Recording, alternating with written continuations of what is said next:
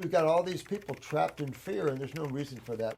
We all hold the power within ourselves to fix everything.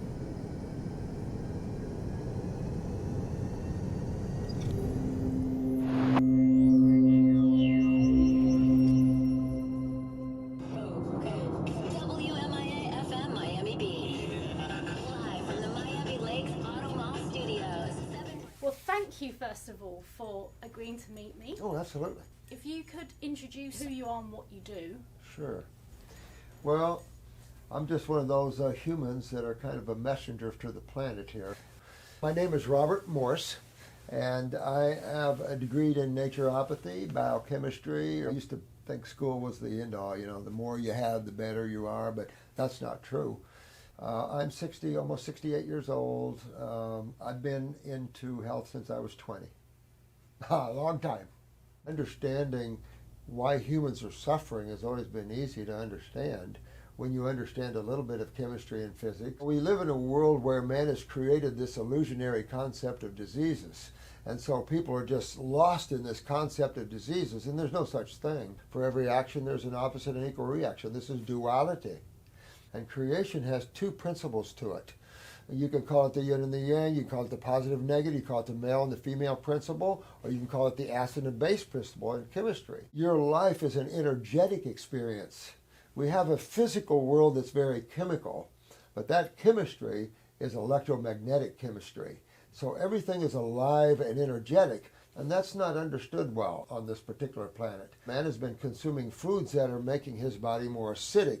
And under the acid sky in chemistry, that's a sky of degeneration, a sky of corrosiveness. He has one big missing link that I was sent here to fill, and that was the lymphatic system, to put the lymphatic system together for the humans, because without that understanding of the lymphatic system, the true lymphatic system and chemistry, you have no clue why you have symptoms. The medical community is more in thinking that things are out there to hurt you, that you're not creating anything, that you're not the one creating these problems. And the reverse is true. We're all creating our own problems. And it's simply out of the food you're eating. I mean, your physical body is basically a food processor. And it's the type of chemistry you process. You put the wrong type of chemistry in your car, you're going to have a lot of trouble with it. Well, man doesn't realize that he's putting the wrong chemistry in his physical body and getting acidic blowback from it. However, this sits on top of a genetic body. When you took on this body to use while you're here, you got your genetics from your parents. And that's creating the degradation of the cell, because each generation is not helping itself to rebuild tissue or rebuild weaknesses. They keep creating more. You did say this was your kind of mission here. It is. You know, growing up, for me it was a need to tap the extreme alone state, that which all things become one. You know, in duality and creation, things appear separate, like you and I. But when you start removing the physical body, and you start removing the tools you're using to experience, all consciousness becomes back to one. And that has been my driving force to become awake. On top of that, I was a young lad building my first house. I wanted to build a house all by myself. I wanted to pour the concrete. I wanted to do everything myself. So I started, but I needed help. And I lived on the beach kind of out here. And so I ran across a young man that played volleyball with us. And I'm saying, I need a carpenter to help me because I'm a carpenter, you know. He said, I'm a carpenter. I said, okay, you want to work? He said, yeah, I'll help you. So we built this house.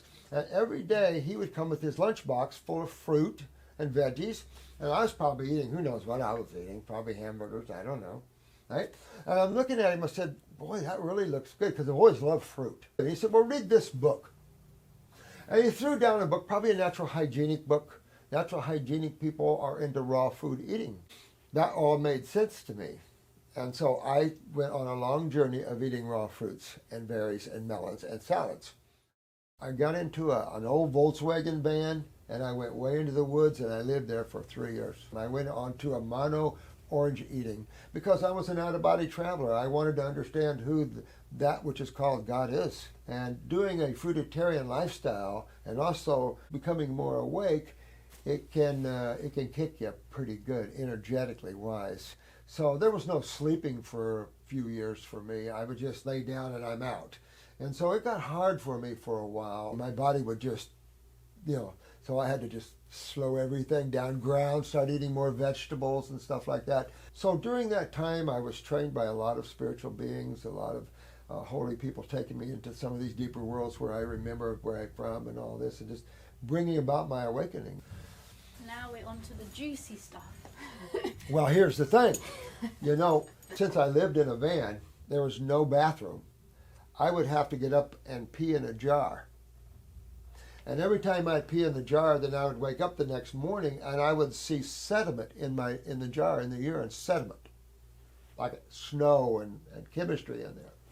And I'm thinking to myself, this is good.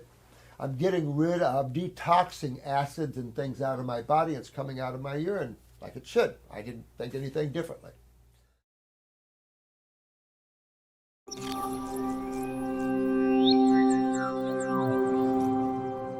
When I came out of that, I opened up several health food stores because I wanted to help people. And I started eating out of them.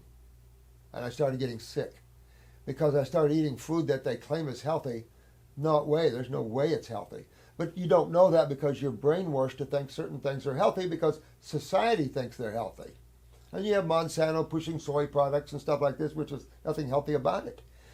But you fall into that. And I realized how important raw is and how important the fruit is when you start getting healthy, and then you start going back when you eat the foods that are not designed for you. And so then when I became a naturopath and a chemist, I started working with humans and animals, and I started seeing from lab reports that the urine was clear, nothing in it. And I'm going, nothing in it? Why would you have clear urine? I always saw stuff in mine. And then it all dawned on me that your kidneys are the filtering units of this huge sewer system in the human body called the lymphatic system. And if you don't filter, you can't get better. If you have tumors in this system, the kidneys are your doorways. The skin and the kidneys are your doorways. And if you don't filter these acids out, there's nowhere you're going. So what this makes sense to me is that when actually a person seems healthy, because they haven't got any ailments and they're eating what they want, they're going to the bathroom, the toxins are storing in the cells for a later moment of explosion. Right on. You're right on with that. You see this every time. Oh, I was feeling good, I was feeling healthy, then suddenly, boom.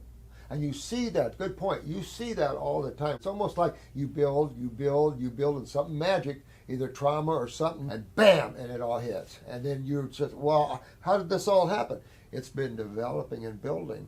And you can see that in one place, the ginseng eye. You can see it in iridology. And that is cool. Nobody realized the body had a sewer system in it. The medical doctors all thought the blood did everything. Does your kitchen do everything in your house? Do you go to the bathroom in your kitchen? No, you don't. You have a separate bathroom, and your body does too. They just don't realize that. And if you don't realize that, you don't understand what's causing. Everything is an autoimmune. Everything is some kind of mysterious problem. We don't know why the body's acting this way. The whole gig here in physical health is that your kidneys are filtering the waste out of your body. If you look at most urinalysis from medical doctors, the urines are coming back clear. So how come your urine is clear when you're supposed to be eliminating your waste from it?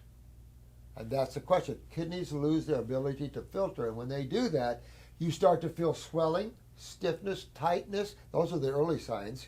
And then, of course, tumors, bumps start and humps start, things like that, breaking down of knees. I mean, acids start chewing on you. Your genetically weak areas, they're going first.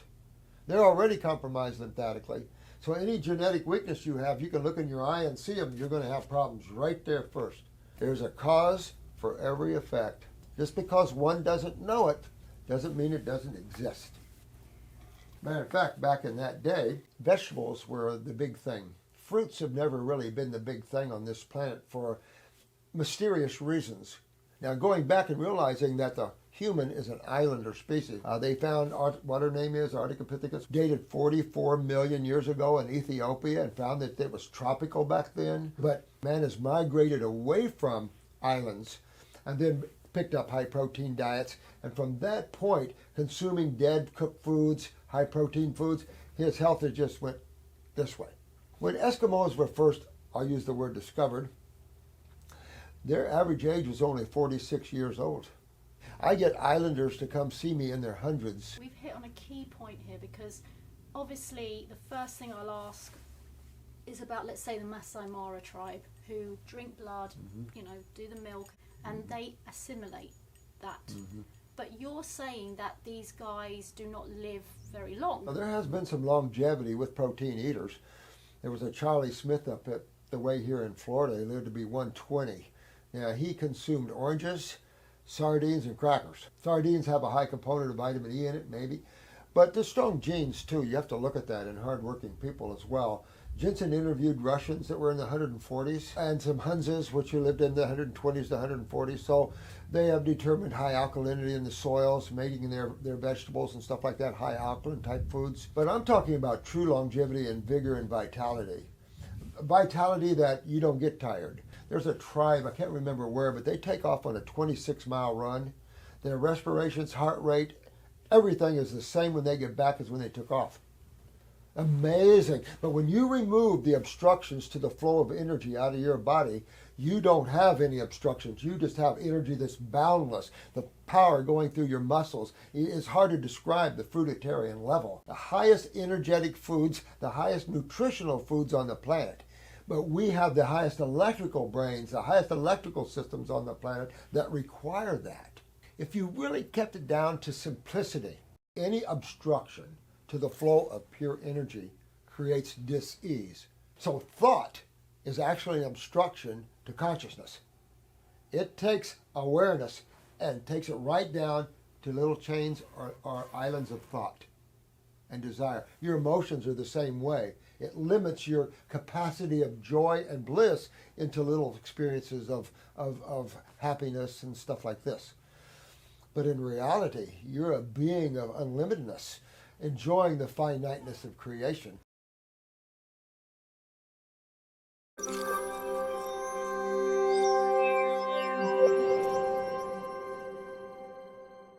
So very important for man to understand that fruit is his nectar, not dead animals, not grains and beans, which are dead and acid ash foods. I would say it's about keeping the system clean, or it's about detoxing. Can you just describe Okay, that? I want you to think about here.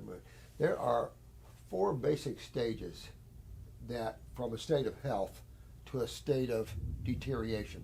There's 4 stages, and they've always been this way since life immortal.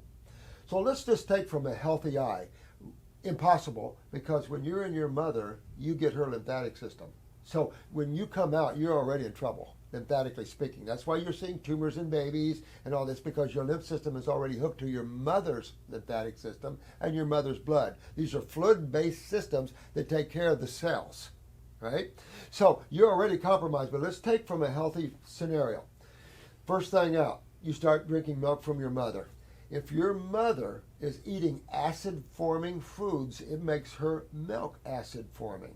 So then milk has to be base. So when you're eating acid-forming or drinking acid-forming dairy products, mucus-forming, like Arnold Ehret's mucus diet, you can taste it, you can get it. Dairy products of any type, yogurts, kefirs, cheeses, extremely mucus forming. So you start building up mucus in the little baby, start spitting up colicky and stuff like that, or formulas or cow's milk. And then the baby has a little temperature and a cold and flu-like symptom. The body's effort to get rid of that.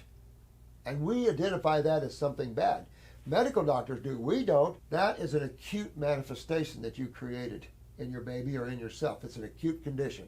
Matter of fact, in the old days, you just let your baby go through it. It cleans out all the mucus that you created, and then you're off. If you stop that, that then pushes it deeper into the body, and you keep creating acute manifestations by eating the same stuff, then you get subacute. In a blue eye, the acute stages will turn your blue eye white. In the subacute stages, it'll turn it yellow, and in the chronic stages, it's the next stage. Everything goes hypoactive, and your blue eye can turn totally brown from chronic lymph stagnation. And the next final stage is deterioration. That's cancer. The medical doctor just used the fancy word cancer, but it simply means deterioration of the cell. When you've been acidic for years and you're agglomerated around cells, those acids just chew up cells and eventually becomes intracellular acidosis, and then you mutate the cell. Easy to understand. The body can get rid of these cells, take them to the lymph nodes, But we in the medical community look at that as a disease, you got to treat it, and you treat it with something worse than what created it. Acids always create these problems, and when you treat something with a hotter acid, it just is a signature of your death for the most part, or extreme ripping your body apart. And this is the insanity of what's going on allopathically. They don't even know what causes anything because they do not understand the great lymphatic system. These are all lymphomas people are dealing with. Lymphomas are lymphatic system problems. And whenever you hear the word autoimmune, that's another word for lymphatic. The worst thing you can do is go to a practitioner that doesn't understand the cause of something, but it'll help you treat it. So you basically go for the lymph first, detoxification of the lymph system, and then you move on deeper and deeper? This is why detoxification is a golden key. We call it regenerative detoxification. If acid chemistry is breaking you down, then until you remove that acid chemistry, you can't stop what's going to happen, can you? We use the word toxins, and I think the medical community could laugh at that because really what we're dealing with is metabolitic waste. These are just waste from the cells, byproducts from the processes of digestion, absorption, utilization. You either sweat it or pee it out or you don't. You know, we die on our own sewer system. That's all there is to it. So how do you remove acids out of the body? You have to detox them out. Well, the detox is a lot deeper than people realize because kidney filtration is a huge part of this. And people have never thought about that, even in my field. What's the right mode for detoxification? Setting away the foods that take all the energy to digest, and you eat foods that require very little digestion but gives you a ton of energy. And that's fruits and berries and melons. They give you so much more energy than they require to break them down. I had a gentleman that had cancer through him, several places, coming out of it greatly, perfectly, got his kidneys to filter. That means all the sewage in the tumor starts to come out through the kidneys. Tumors are going down, looking really good, everything's great. Gets a little fatigued and thought he'd go to the emergency room because he felt really tired. Common practice in detox. They saw that his kidneys were filtering, thought it was an infection, ran him to ICU, loaded him up on antibiotics and killed him right there.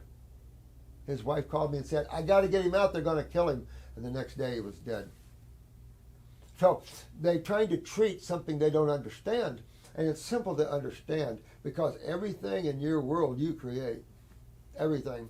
Do you think the doctors that say that the patients that have come to them that have had cancer the most are the high carb patients, do you think they're not looking at the full picture, that it's really got nothing to do with the carb, but it's other factors? Well, some people, when they talk about carbs, they're thinking starch.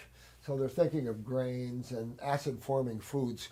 Any acid-forming food will eventually cause the blowback to a cell and cause the degradation of a cell, which they call cancer. Simply an atrophy or breakdown of a cell, that's all it is. It's what we call intracellular acidosis. Matter of fact, the cell wall is full of HDL, cholesterol, and it protects the cell from acid damage. That's why it's a lipid. That's why it's in the cell wall. But once the interstitial fluid around the cell is agglomerated to where you can't eliminate its waste anymore, like constipation, then the cells dies on its own waste, mutated. The picture of those cells are like an amyloid cell in Alzheimer's. You see all the proteins or acid around a cell, the lymph system trying to stop it. So you can call it a cancer, you can call it whatever cell you want. That's just to control people and use fear. Because all it is acids breaking down your cells. We call it a stage of decay or atrophy or degeneration. They use the word cancer. It's just a fear word.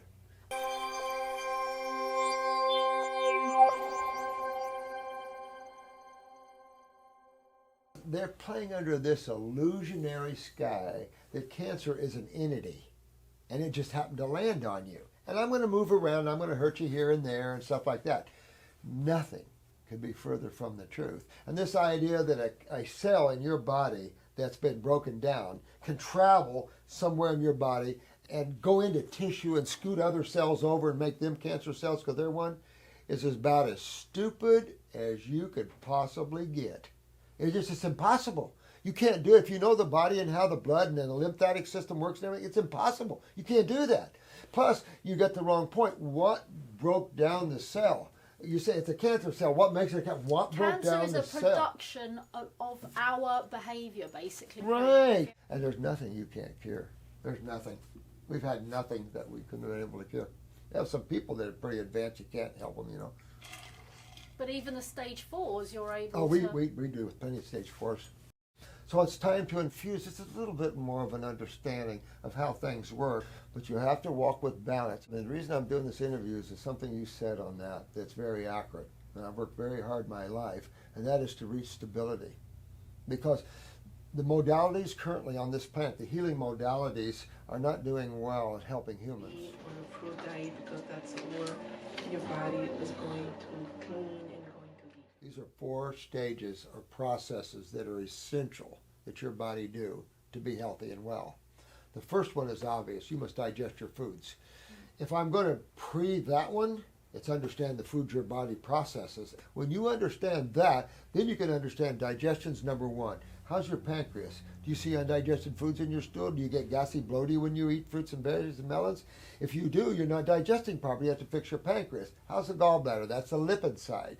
What would be the second thing? You obviously digest all this food, break it apart, right? So what's the second thing? You got to absorb what you just digested. Well, most people, believe it or not, at one level or another, are malabsorbed, especially the skinny ones. And then you're going to get skinnier trying to fix it. Malabsorption is when your lymphatic system starts to back up in your body interstitially. Because when you look at your small bowels and your colon, they're just a bunch of cells with interstitial fluids feeding them. So when your lymphatic system backs up, it backs up all through you. It just doesn't back up in one place. That's why you see hot spots all over you, on one side of the body over another one generally, because each kidney drains each side of the body. Right drains the right side, left drains the left. If your right kidney isn't filtering, you start having problems, tumors in the breast, shoulder, problems on one side over another generally. Then it goes to both sides. If you don't clean that out, then you get bowel wall thickening, IBS, Crohn's, ulcerative colitis, because it's acid stuck in your bowel wall, burning you back. Let's say you got digestion and you got absorption down pretty good. What's the third thing that the body has to do? And most physicians don't even understand this, especially naturopathic, but even medical doctors. Utilization. You got zinc in there. How does your body use it? It's called awareness. And the awareness of the body comes through the glands. The endocrine glands are the counterparts to your other etheric bodies, the chakras, but they're also the conscious centers of the body. They tell everybody what to do in your body through what they produce, hormones and steroids. So the adrenal glands are involved in most metabolism of chemistry in your body. Sugar metabolism is done through the adrenals. Mineral utilization, there's 25 mineral corticosteroids, zinc, iron, all have to have adrenal steroids, except one, calcium. Requires a parathyroid hormone. You don't have adequate parathyroid hormones, you can eat all the calcium you want, but you're not going to utilize any of it, and the calcium will then be a free radical, and then in an acid of presence become bone spurs and stuff like that. So you can't supplement these things. There's so much light thinking out there, it's amazing. What's the final phase, the end all that's essential to tap this off? The proper elimination of all the byproducts that were created during all these processes. Digestive waste through the colon, metabolitic and systemic waste through the skin and kidneys. Because we had so many years of acid foods and stuff, we have to go back and fix the eliminated organs that got broken down from that to get the other ones fixed. So we're having to go back through detoxification, fix the eliminated organs, regenerate them, rebuild them, hydrate the body, and then we start working on these specific organs and glands and stuff like that to rebuild it. How fast can a person regenerate? There's no easy answer to that one. How chronic are you? How bad's your lymph system? Where's your adrenal glands and all your steroids? How's the healing power? Where's your nervous system? How's it turning things on or off? There's a lot of cofactors. How acidic are those tissues? How weak genetically are those tissues? Where's the consciousness of those cells? And the eyes can... There's no test in the world to show you lymphatic stagnation but the eye. And so that's where we go in with the herbs. You got herbs for the liver, herbs for the heart. They help to enhance the function of the cells. These herbs are conscious. They're here for a purpose. They have an awareness to them. The mistake man makes to think that he's the only thing conscious. And he's not even conscious. In his most unconsciousness, he thinks he's the only thing conscious on the planet. What a horrible joke.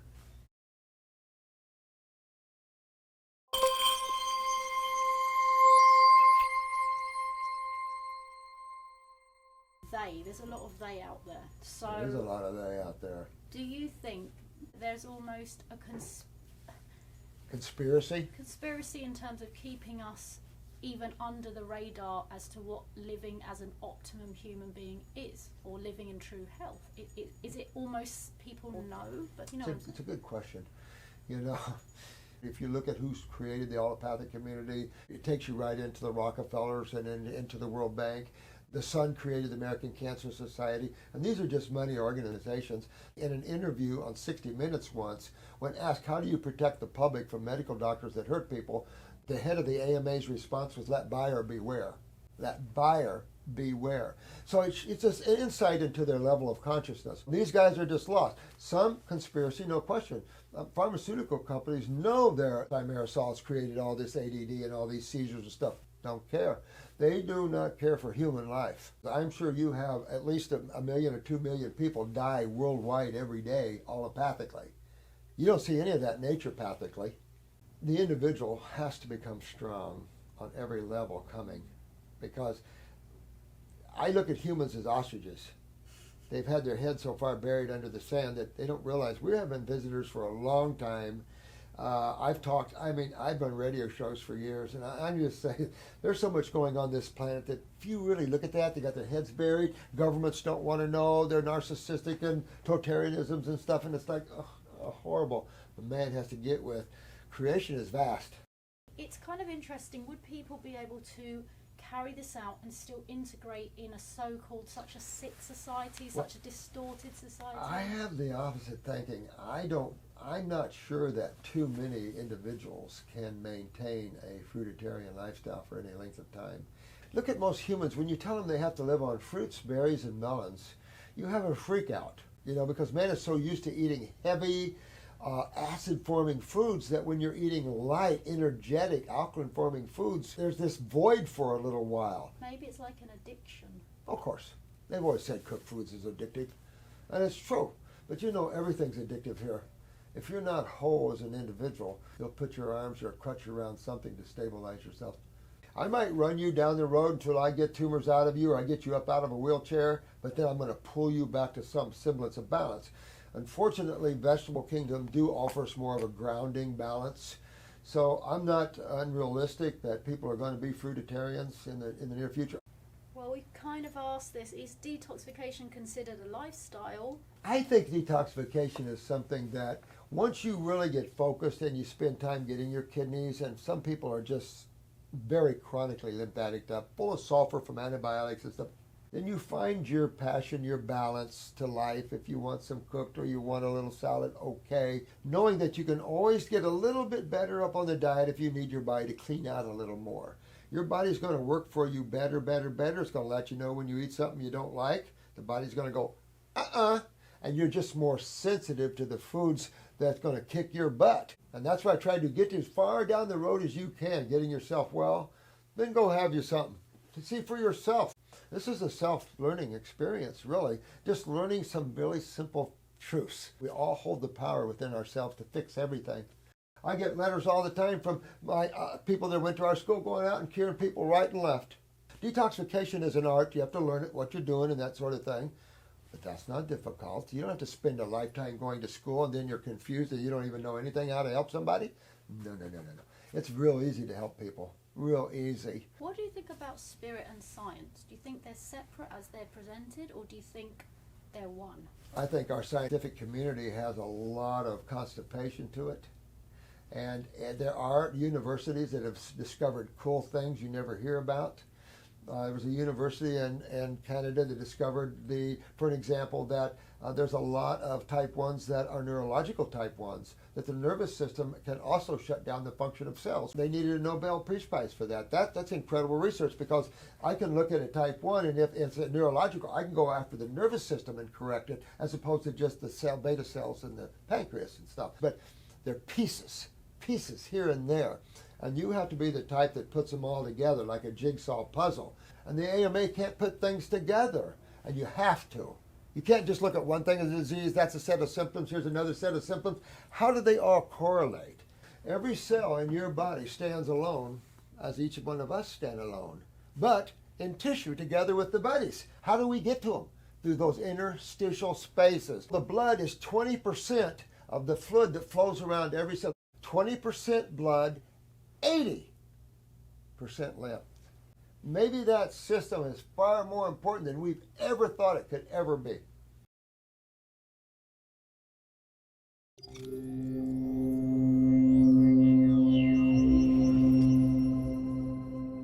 To me, we conveniently fix things till we make the positive force the male side and the negative force the female side. I have an opposite take. The feminine principle is actually the positive principle. It is through the female that love and the oneness is met. The male is the aggressive acid principle in the universe. They'll destroy. The woman is the builder. They're the alkaline principles. They're the ones that introduces life. They're the ones that says, let's love, let's not destroy. And that's why we're here. We're setting this up. We've set this planet up. This has been a while coming, dear. And so now it's opening. Now the doors, there's plenty of spiritual masters around this planet like never before. Female masters of all kinds. I'm for women warriors, for empowering the female principle, but empowering the consciousness of everything.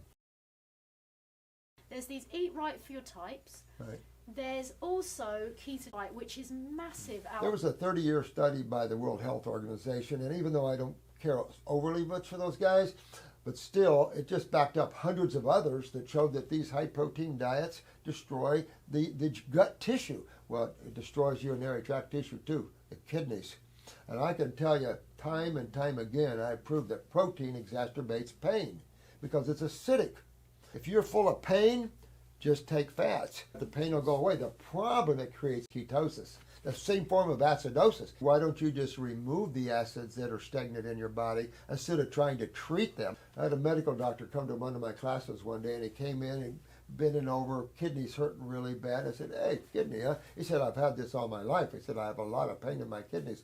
So I looked in the camera and I said, oh, you got a degenerative kidney there. So I put him all on raw. It's a medical doctor. I put him all on fruits and berries. That's it. And I had herbs in my class, and I put him on herbs. Second day, I said, how you doing, doc? He said, you know, it's better. Third day, how you doing, doc? He said, it's all gone. I don't feel it. I said, you got some regeneration to do. I'm just pulling that acid pain out of there. So we prepared Giuliano's meatloaf dish, which is just a thing out of nuts and vegetables, right? I said, hey, doc, I want you to try this. So he took a bite. Second bite. Oh, my kidney. Oh, my God, what was that? And I said, that's protein. And that is in the form of nuts. And even that will exacerbate pain and weaknesses. And that medical doctor will never forget that high proteins is one you never use on people, especially in pain. If you're really healthy and well, and you got your lips, kidneys are filtering, you're pretty good, you feel good, your eyes look clean, everything's good. If you want a little dead animal, who gives a hoot? How you eat it, all that's proper. You should have maybe a little, if you want a little dead animal, put it on a salad, and that's all you have. I mean, there's ways if you want to, but fix yourself and learn the power of the raw. At least then you're not fooling yourself, and at least you have the tools to get well if you need that. But the ketogenic thing and the blood type diet, that deals with immunity issues. That has nothing to do with your digestibility as a species. You might be from Thailand and I might be from the state of Indiana, but we're still Homo sapiens. And meat has the same bump on everybody. It's acid forming on everybody. But one day, crash and burn, guaranteed.